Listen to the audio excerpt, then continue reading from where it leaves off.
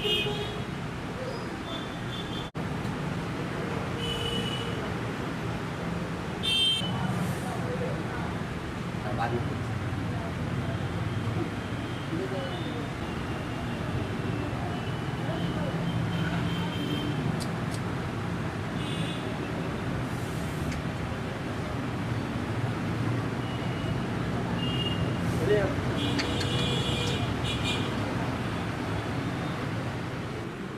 बेचारा दिखाया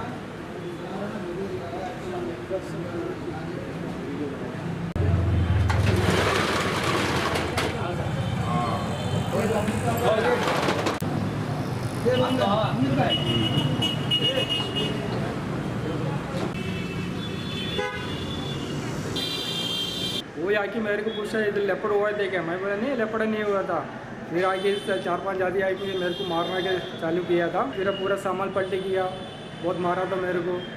मैं बोला था कुछ लपड़ा नहीं हुआ, फिर भी मेरे को मारा। होटल खाली दिया, माता 4-5 आदमी दारू पी के आया था, बहुत मारा था मेरे को, बहुत खराब मारा था।